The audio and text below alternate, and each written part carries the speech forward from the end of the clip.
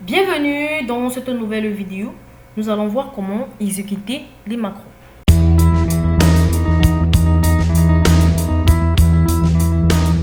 Alors, pour voir vos macros en action, puisque nous avons effectué les macros dans la précédente vidéo, donc pour voir les macros en action, nous allons tout simplement sélectionner l'onglet de développeur.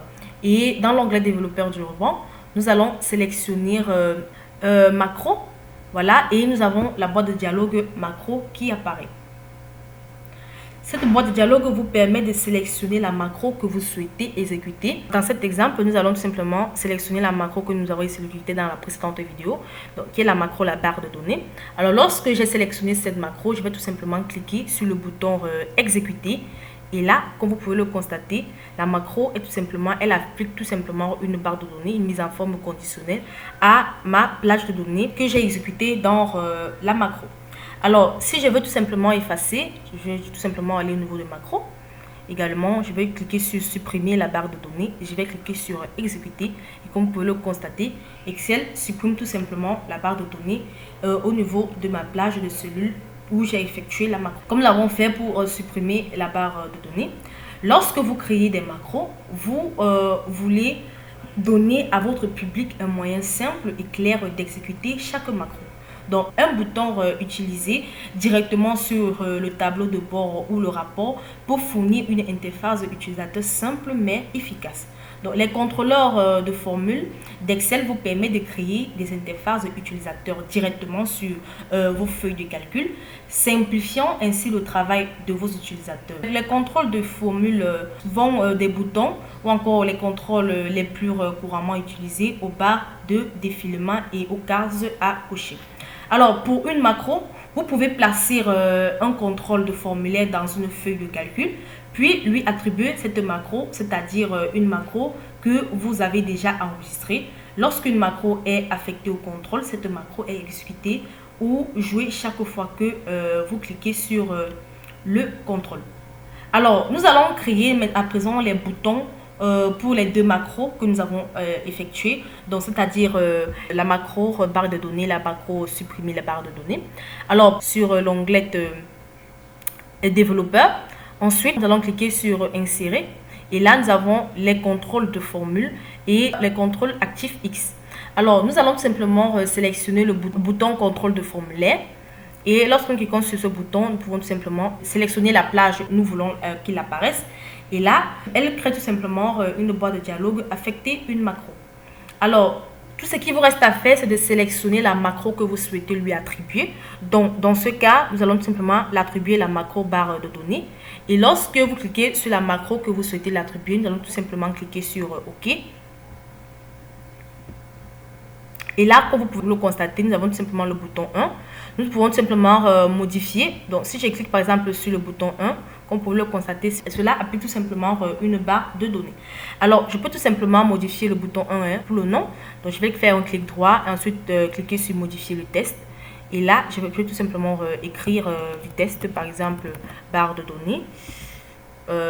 Barre de données. Voilà, je vais tout simplement reprendre le même processus pour supprimer, n'est-ce pas, la macro qui supprime la barre de données. Donc pour cela, l'onglet de développeur du ruban, insérer. Et là, je vais tout simplement cliquer sur le bouton insérer contrôle de formulaire. Et là, je vais tout simplement sélectionner la plage où je veux qu'elle apparaisse. Et elle active la boîte de dialogue affecter une macro. Donc là, je vais tout simplement l'affecter la macro supprimer la barre de données. Et ensuite, je vais cliquer sur OK. Donc, lorsque je clique par exemple sur ce bouton, cela supprime tout simplement la barre de données. Donc, je peux tout simplement nommer ce bouton, un clic droit et modifier le test. Et là, je vais tout simplement entrer le bouton, c'est par exemple supprimer la barre de données. Bon, je vais entrer nombre, comme tout à l'heure, pour qu'on sache qu'il s'agit tout simplement de nombre, pour revenir au nombre. Donc voilà, nombre. Maintenant, je peux tout simplement déplacer, je peux le déplacer. Donc lorsque je clique sur la barre de données, cela affiche tout simplement la mise en forme conditionnelle de la barre de données. Et lorsque je clique sur nombre, cela efface tout simplement la mise en forme conditionnelle. Donc, il est important également de savoir la différence entre les boutons le contrôleur de formule et les contrôleurs actifs X. Les contrôleurs de formule et les contrôleurs ActiveX, bien qu'ils soient similaires, ils sont très différents. Les contrôles de formulaire sont conçus spécialement pour être utilisés sur une feuille de calcul, tandis que les contrôles ActiveX sont généralement utilisés sur Excel, par exemple les user forms. Donc, en général, vous devez toujours utiliser les contrôles de formulaire lorsque vous travaillez sur une feuille de calcul. Certains peuvent par exemple me poser la question pourquoi.